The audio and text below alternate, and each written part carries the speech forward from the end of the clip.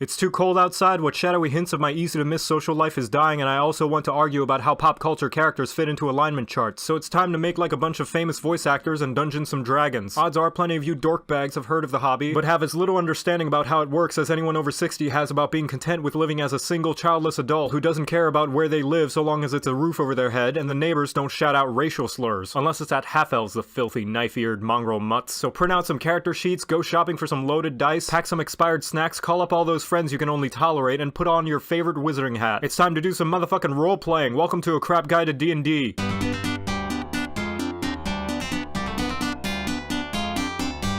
Do you like hitting things? What am I saying? Of course you do. Everybody does. I most certainly do. All the time. Like now. And hitting things is the best thing about D&D. You can hit literally anything you want. Better yet, you can hit it with a big fuck-off axe while flying into a bloodthirsty rage so potent you could be forgiven for mistaking it for some kind of super rabies. The Barbarian is the best class for hitting everything and everyone hard enough they explode into a huge puff of confetti or a shower of blood and organs. What's the difference? They're pretty much the same thing. You get a D12 for your hit die, one of the only times you'll ever use a D12. But it does mean you'll be soaking up hits better than my pillow soaks up tears after I take a look in the mirror for a few seconds. You start with just about every important combat proficiency and any weapon of your choice. And if you're taking recommendations, I highly suggest going for the dual-wield chainsaw shotgun laser earrings with detachable missile launchers and drink dispensers. Ooh, and they have built-in cup holders, look at that. No tool proficiencies, but who cares? Nobody uses tools anyway. You pick them to add to your character for backstory purposes and then forget they exist because you only ever roll for skill checks anyway, you lazy, thoughtless gobblebright. Yes, I just made that up, and it's what you are, you stinky feigl bitch. In fact, who even needs armor? Your pure, unadulterated chutzpah will block enemy blows better than even the shiniest of chainmail bikinis. Better yet, you have spider sense, which assists in you avoiding traps, spells, obligatory social events, and laundry. And of course, the signature trait of the barbar is being able to enter a ferocious frenzy of force that foes will fear for all their fannies. During your rage, you may be easier to hit, but at the game that you are better at hitting everything else. And not just that, your muscles grow to the size of crag-faced garmoofis. That's a made-up word. I don't care that the things I'm using for analogies aren't real. Intelligence is a dump stat anyway. That's why mine is the number that comes after 3. And now you know how to play Barbarian. You're welcome.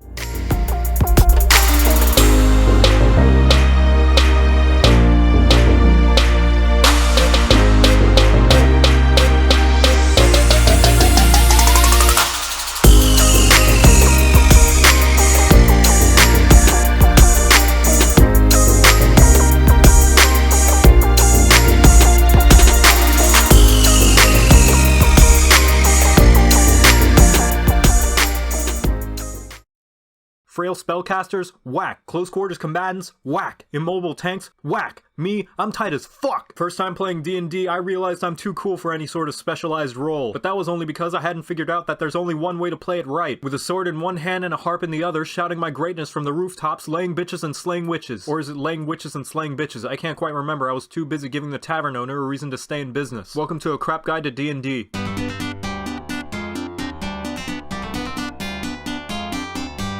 Jack of all trades, master of none is still better than someone who only has one gimmick and has to hide for the rest of the fight because they've run out of class features and spell slots. If the sword and shield were an RPG class, it would be the bard, one that's good at doing everything and doing everyone. You can cast spells, learn tons of skills, support allies, harm enemies, harm allies, support enemies, woo crowds, boo crowds, and most importantly, lay dragons. It's the most versatile class, and its various archetypes allow you to fill literally any role, so who even needs anything else? Need DPS? College of Swords. Need a tank? College of Valor. Want to make rogues useless? College of Whispers. Need to get good at the game? College of Sit Down, Shut Up, and Listen. Your most important feature, Bardic Inspiration, is like the little girl Wolverine version of the Big Daddy Logan, and is absolutely game-breaking. By being a radiant concentration of pure awesomeness, you can allow anyone else an additional die to roll and add to almost anything. Think that weak-ass wizard won't be able to make the con save against that poison attack? Inspired! The fighter needs to land the killing blow on an enemy with a high armor class? Inspired! Your wingman just told you about a hot piece of sliz that walked into a high-class tavern and that he needs you to hype him up to be able to talk his way in and maybe nab a few extras on the way out for you? You best bet your ass that homie's gonna be inspired! In fact, screw your wingman, you can do it yourself. Jack of all trades and expertise means whatever you're bad at, you're suddenly good at, and whatever you're good at, you're suddenly unbelievably amazing at. Nothing can stop you, well, maybe except a pretty face. By playing D&D, you automatically sign an unwritten contract that forces you to write your character to fall under the purest stereotype of whatever class you pick. Everybody knows you have to follow that contract or else Matt Mercer will sneak into your house and throw foam noodles at you from the corner of your living room.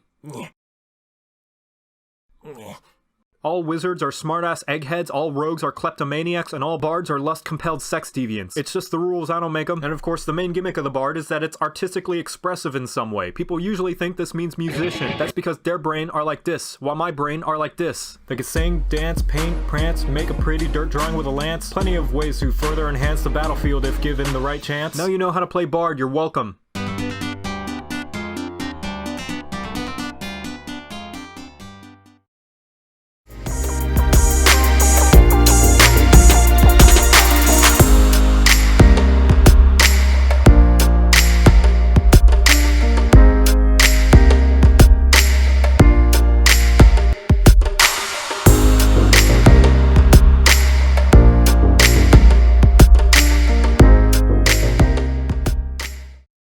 Now this may sound rather odd, but sometimes the best in the squad is the one with the cross who can smite like a boss by harnessing the bitch slap of God. With a mace that even ogres will flee, you'll cast and crush things with glee. Some think they're not strong and those people are wrong. Welcome to a crap guide to D&D.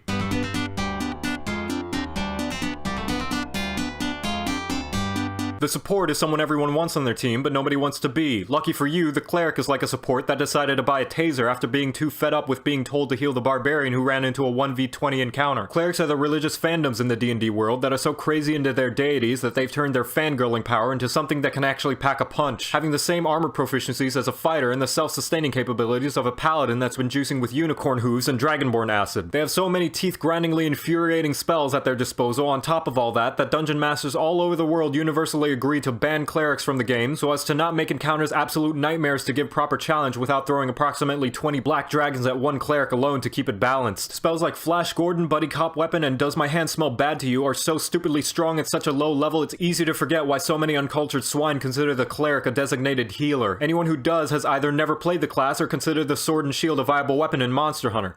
Wait, unlike most other classes, you pick your archetype at first level, and you have oodles, canoodles, and toaster strudels to choose from. To summarize, you have Heel Bitch, Nerd, Sunburn, and My Axe, Nobody Dies, Nobody Cares, and a couple of more that I'm too lazy to mention. Seriously, with how versatile and independently strong you can build a cleric, you can make up an entire party full of purely priests, call it the Amen, and bust down Tiamat's door demanding her lunch money. And she would just build her own toilet to give herself swirlies so she wouldn't have to endure the kind of bullying you're about to give her. Channel Divinity gives you special limited use effects depending on your domain, and can be as dumb as Turn Undead, where the power of the gods can make a zombie run away from you like it's regained its ability to smell and realizes you've been sleeping with your Jesus blanket that you haven't washed in months. Or as useful as Guiding Strike, where you can choose to add 10 billion points to your attack roll so you'll be able to swat one fly with another fly's deuce being whipped around on a string like a yo-yo strung around your pinky toe while blindfolded. The only downside is that you get a pitiful amount of uses, like a gym 2 weeks after New Year's. And finally, the most notable trait of the cleric is Divine Intervention, where if you are a good boy or girl all year praying happy thoughts and burning that dank holy kush, if you wish upon a star, the clouds in the heavens will part and the literal gods will stop playing their game of Jenga to fix whatever dumb problems you and your party have gotten into, and then avoid you for 7 days debating whether or not to write you a holy restraining order after seeing you pissed your pants fangirling over your religious senpai noticing you. And now you know how to play cleric, amen.